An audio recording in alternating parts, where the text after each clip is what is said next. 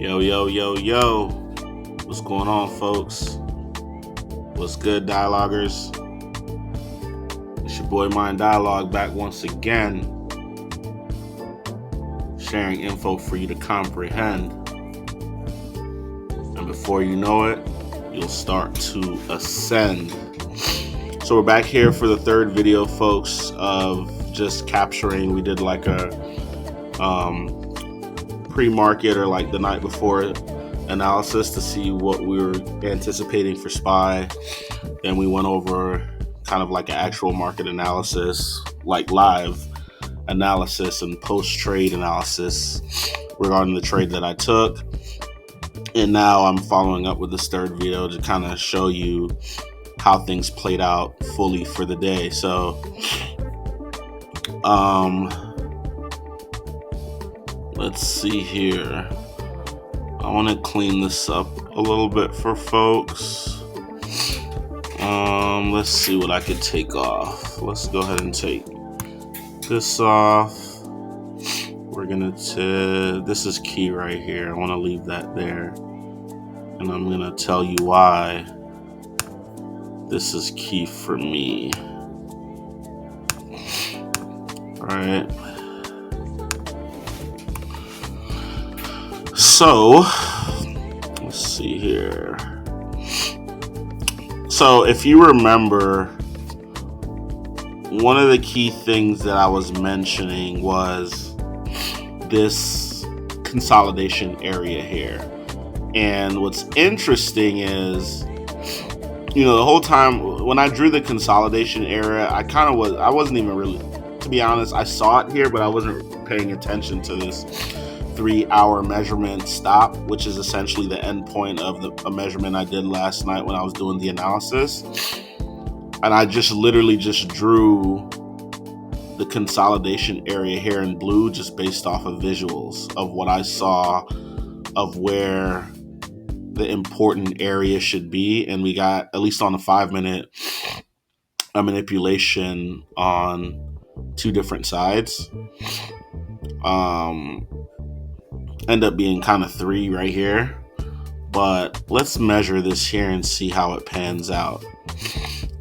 Let's see. That's beautiful. So what's interesting is this rectangular space here in blue that I essentially just drew off the top of the dome. I typically do that. It's nothing like, oh my gosh, amazing. You kind of get there over time. But I always find these coincidental moments where I just drew the space, didn't even think to measure it. Now we're doing this third video, I measure it and look where ICT, I learned this from ICT, he would call this consequent encroachment, where essentially you get the 50% of this particular area, basically smack dab in the middle. And it also aligns with this 3-hour measurement stop area of 637.59. So I just thought that was interesting. Nothing to belabor about, but it was just interesting to me. Oh, my bad. What did I just do? So what's interesting in this area, right? So just to kind of give you a little, reminder / kind of reiterate what we're discussing. We got a manipulation, and again, this is on the 5-minute, so it's going to look different on the higher time frame. So we got a manipulation on bottom there, got a manipulation there outside of the area, that blue area, and then you get this final manipulation here before we go for a dump. Let me make that small, my bad. You get this final manipulation here, right? So now certain things to keep in mind, right? We're making lower highs, as you can clearly see it as we go down. We made a significant swing high here, then we made another swing high, but it was lower, and then another swing high, and that was lower, right? So we made a sequence of 3 swing highs, but they all became lower highs after the first one. right? And then you have this essentially sequence of higher highs at the bottom, right? So it's a swing low. Higher lows, I'm sorry. So you got lower highs, right? Because the highs get lower and lower. And then you get higher lows. The lows get higher and higher, right? So that in itself almost basically like creates a wedge. So for example, if we were to take I'm going to show you real quick, but if we were to take, let's say, a trend line and just like strike it through as close as possible to these swing highs, right? Look at this. And it hits basically that swing high there, and then we take this wedge up top and we go to that same as long as we capture two, right? You do here. But I say as long as you capture two hits, you got one hit, two hit. This one doesn't hit it all the way. You got one hit, two hit. This one doesn't hit it all the way. But it essentially creates like this falling wedge, right? Where we're going and squeezing inside of basically this triangle inside of here, and we pop out, and then they retest the bottom of it to dump. That's a pretty like regular sequence that happens a lot. So one of the things that I mentioned to you all is once we got some type of significant close outside of the range again, because when we were talking, we had already got this manipulation, and I think we got, let me see here. Yeah, we only got one manipulation down bottom and up top at the time, and then we didn't get this swing low yet, and we didn't get this swing high yet. But one of the things that I said was once we got some type of significant closure either at the top or the bottom, that's the direction we were going to choose.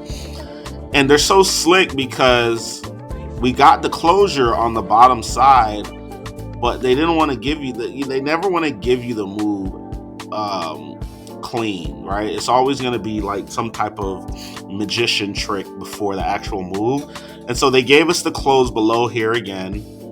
Essentially was another manipulation, but not only did you have this bottom of that purple channel that we were watching, but we also have this little wedge here for this sequence. So they rejected off of both of those basically at a confluent area, meaning like these areas coincided with each other, and that was they wicked into it like 3 different times, well, almost 4 different times, right? And then it sent them down really hard. You got a wick in there, 2, 3, 4, send down super hard. So we finally got that move we wanted, but it was too late for me. I had work to do, and I had other important things going on, so I missed that. I saw where they finally got to. They would have sold me out of where I put my profit, but I just didn't have the time and didn't want to take that chance. One of the things I'm trying to do a lot better at is if something happens while I'm in a trade that I don't like, I'm going to get out regardless of what happens, and I got to live with whatever the result is. Now, I knew at some point that they really wanted to come down here. I had a high probability and high confidence they wanted to do, because we had already come down here very convincingly, right? And, we tapped into this area right here where they got the first push up. That was a key area because it was on the cusp of all this consolidation over here. And it was, I think, inside of it was on a 30-minute. It was a bearish fair value gap, I believe, if I'm not mistaken. Or I might be looking at the wrong area. Yeah, it was a bearish fair value gap we dipped into. No, down here, I think. I'll look at it in a moment. But let me see here. Let's go on a 30-minute to see if we see it. So let's see here.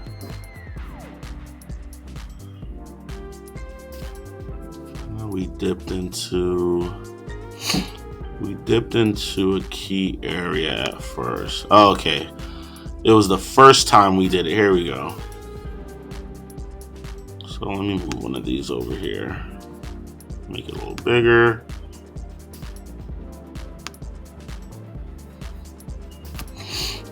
There we go. So that bearish fair value gap right there.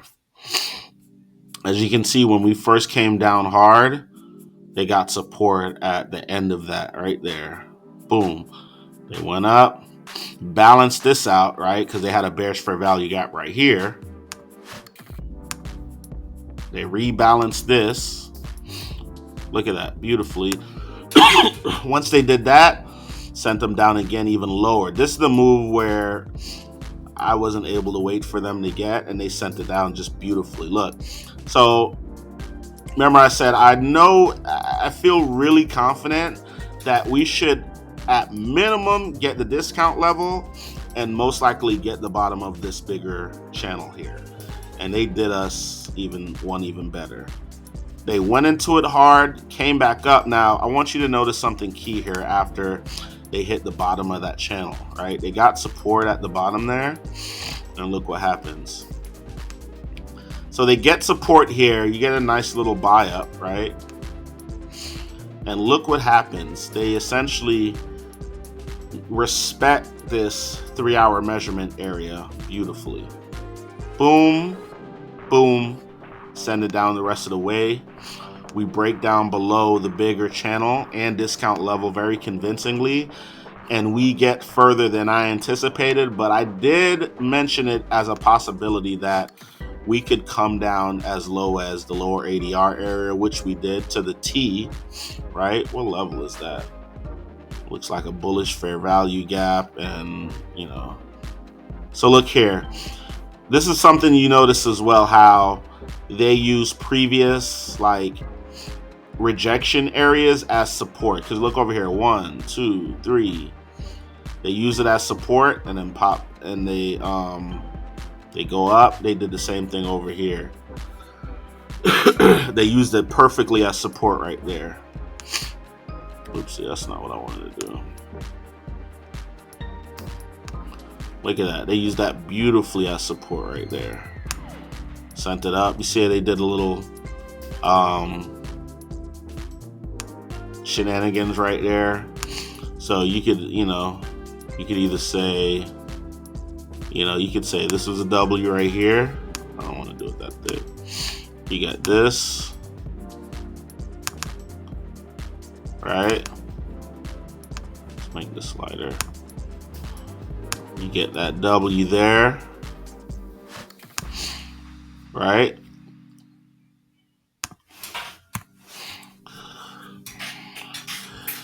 But you get, or you could do the smaller W. It really doesn't matter. It's the same difference. But you get that move there into lower ADR area, and then you get this pop up, and look what they did.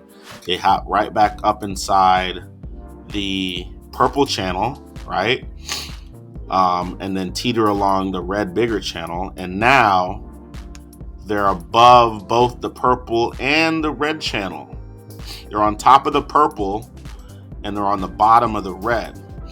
So for me, for tomorrow, this is a much better setup and clear path for me because there's not a lot of shenanigans and things going on, right? It's a much clearer path to a destination up top. Look at this. This is so open up here. And even though this is a bunch of choppiness, it's still a lot of liquidity to take up. Because if, let's say, we go on a 30-minute, let's see here. You still get a lot of wicks and stuff, but you can see it a lot cleaner. Much more selling liquidity to take out, and we're just gearing up for a bigger move that's about to come. Like, I could just see it. And right now, it looks like Like we're making like a bigger. So the right side of the shoulder is still playing out. It's still higher than this left side of the shoulder. It may not be the most perfect like sequence and drawing, but the framework is still in play where you still we're now making the so something key happened where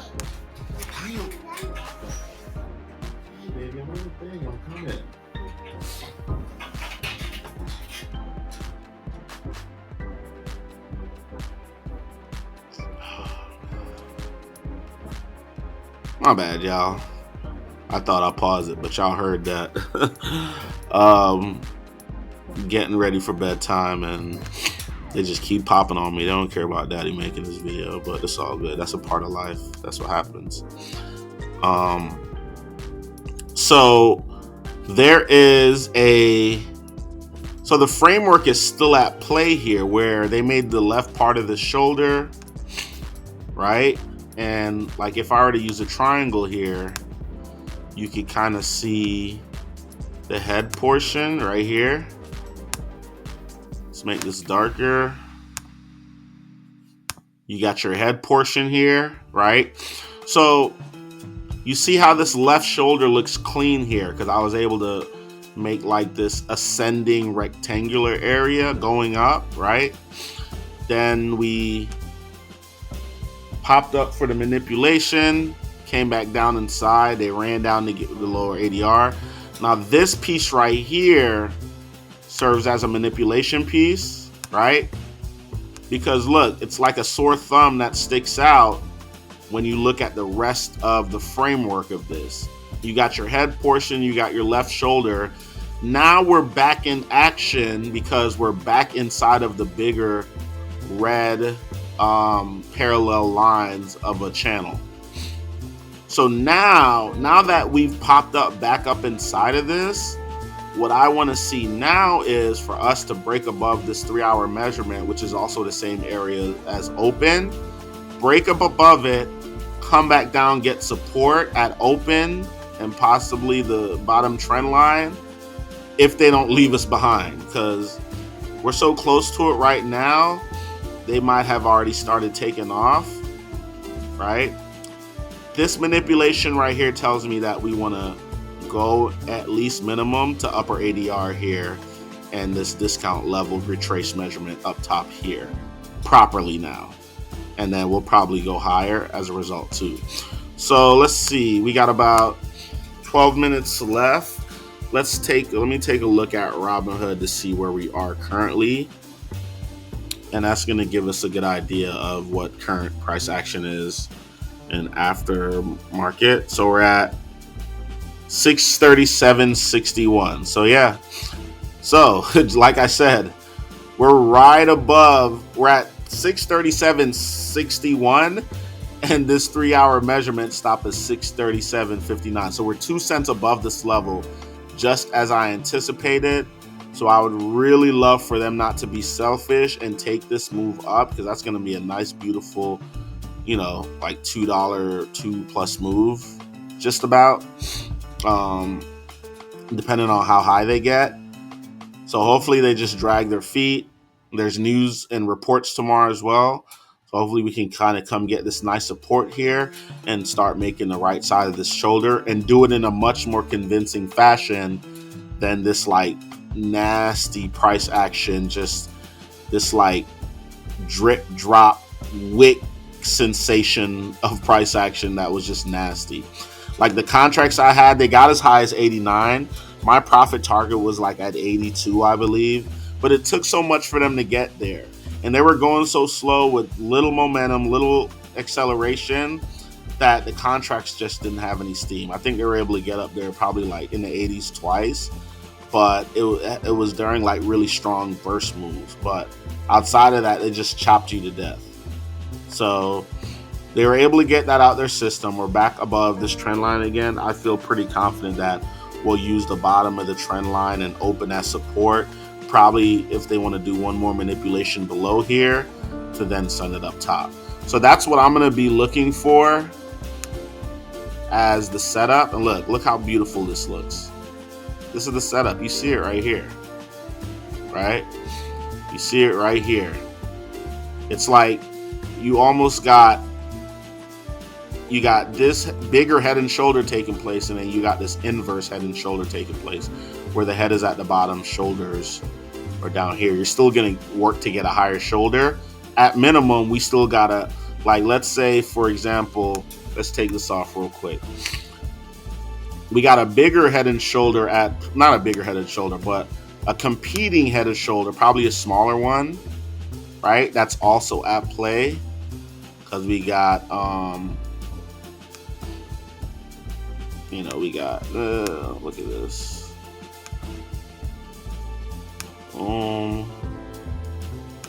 We got this. Oh, we're up here. So we got, we're like right here. And we get this. And then I'm expecting that. Boom. Boom. Right? So you got your head here. And then you got your, your shoulders over here. But in both instances, the right shoulder is still going to be higher, no matter if it's an inverse head and shoulder or like upright head and shoulder. It really doesn't matter.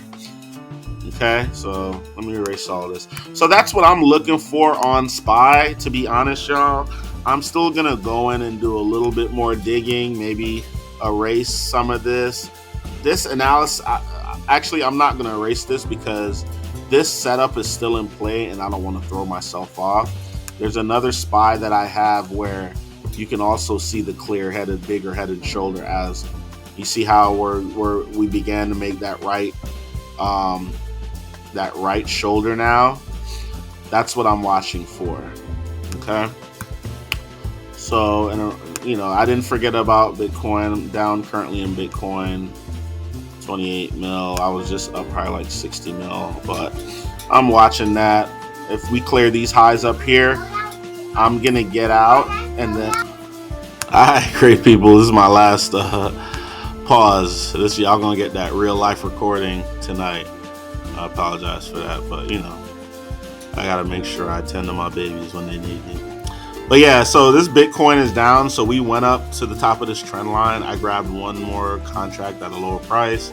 I got my stop all the way up here, but I'm gonna pull it down just above here, so I'm fine if I get stopped out there. For the lower and upper ADR, I got us operating in this tight range right here, and so I'm looking for us to break this and come down as low as here to the 108, 107 level. I would have to go on the bigger time frames. I feel like when I went on the bigger time frames, it looked like we had hit a key trend line up top that would dictate us coming down pretty this low. But I'm risking close to 300. Again, this is paper trading, y'all, so don't get too caught up in these numbers.